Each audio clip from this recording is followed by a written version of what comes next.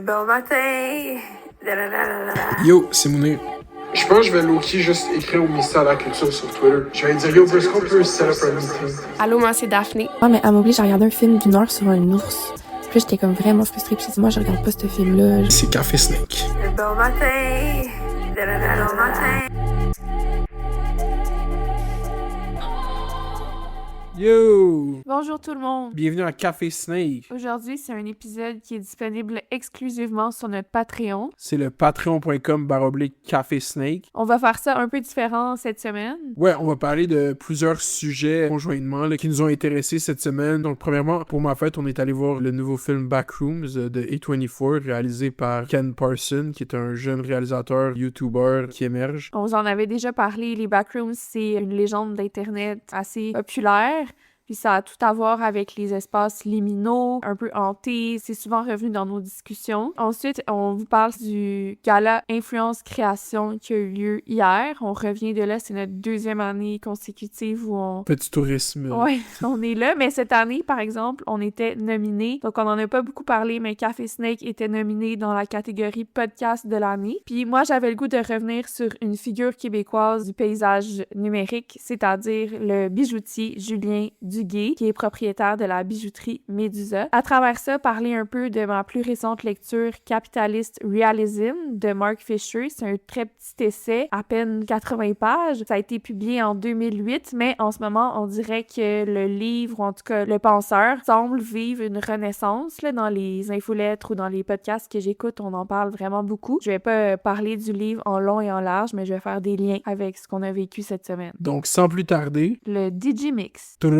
Pretty big news right now. Peter Thiel, who helped build Donald Trump and the current state of the United States of America, is leaving to Argentina and setting down roots in another country. According to the New York Times, Thiel is allegedly concerned about America's future, and so he has temporarily relocated to Argentina.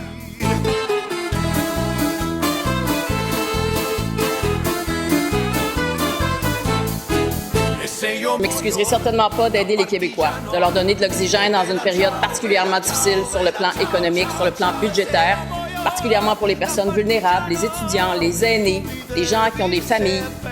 Tous ces gens-là ont besoin d'un coup de pouce financier et c'est ce qu'on a comme gouvernement parce qu'on la su in montagna, oh vela ciao, vela ciao, vela ciao, ciao, ciao. Parents, je souhaite vous informer que ce matin, 26 mai, certains élèves ont décidé de manifester leur désaccord à l'égard d'un élément du code vestimentaire de l'école. En effet, les élèves concernés ont refusé d'entrer dans l'école pour assister à leurs cours. Au moment des cours,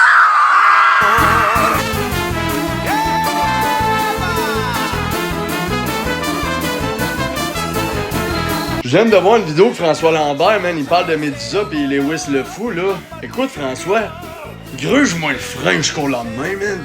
Tu te prends pour qui, man? Eux autres, esti, man, comme Médusa, il dit sur une vidéo, il vend des riches pis il redonne aux pauvres. Toi, c'est quoi tu fais, toi? Hein? Gruge-moi le socket, gros. Ferme ton bouche.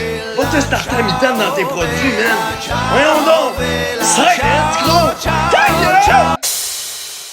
Donc c'est ça, il n'y a pas vraiment de Digi-News cette semaine. On va commencer en parlant du gala Influence Création. Comme Daphné a dit, c'est la deuxième année qu'on y allait. C'est un gala qui est à sa 4e édition. Cette année, pour la première fois, il y avait différents partenaires de production et diffusion. Le gala a été diffusé par TV5+, et il va être télédiffusé aussi dimanche soir. La production était prise en charge par Pamplemousse Media, qui est la boîte de prod de France Baudouin, entre autres. Il y avait clairement une espèce de tentative de monter le niveau cette année. Encore une fois, les politiciens étaient présents, étaient nombreux, le ministre de la Culture, il y avait des employés de Télé-Québec, des cadres de la SEDEC, de TV5, qui avait quand même cette idée d'être l'année où est-ce que la création de contenu arrive en grand dans le monde des médias. Je sais pas trop c'est quoi les plans de ce gala-là, mais comme Daphné a dit, on était nominés dans la catégorie podcast de l'année. Ce qui est arrivé, c'est que l'agence de Mounir nous avait inscrits. Quelle surprise, on n'en a pas beaucoup parlé sur nos réseaux, mais on était nominés. Puis évidemment, on n'a pas gagné. De quoi, évidemment?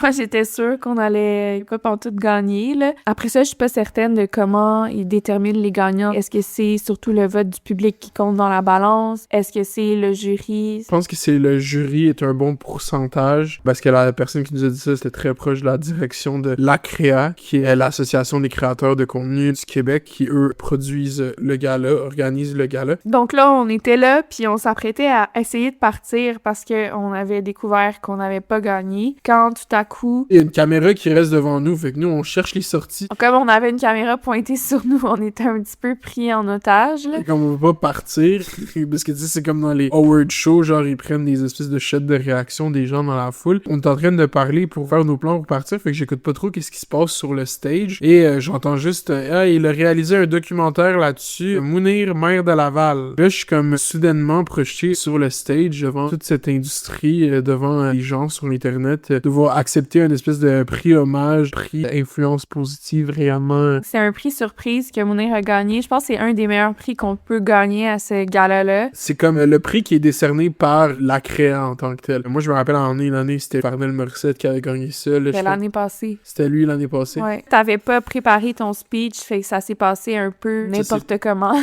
On peut mettre un extrait. On peut mettre un extrait. Parce que c'est important de pas être complaisant par la médiocrité et fait que je voulais dire ça. J'ai fait la même critique à chaque année de ce gala-là. Ça reproduit une affaire où est-ce qu'il y a des affaires qui sont célébrées dans ce genre de gala. C'est purement par logique interpersonnelle ou pur hasard. Les gagnants, par exemple, de la catégorie podcast de l'année depuis 3 ans, là, Laurent Turcot a gagné, mais c'est comme sexe oral puis parenthèse dans les podcasts les moins pertinents de l'histoire de l'humanité. On voit que l'établissement d'un nouveau star system qui est pas nécessairement récompensé à la qualité ou au travail. Quand même, les nominés, c'est toujours des gens qui doivent s'inscrire.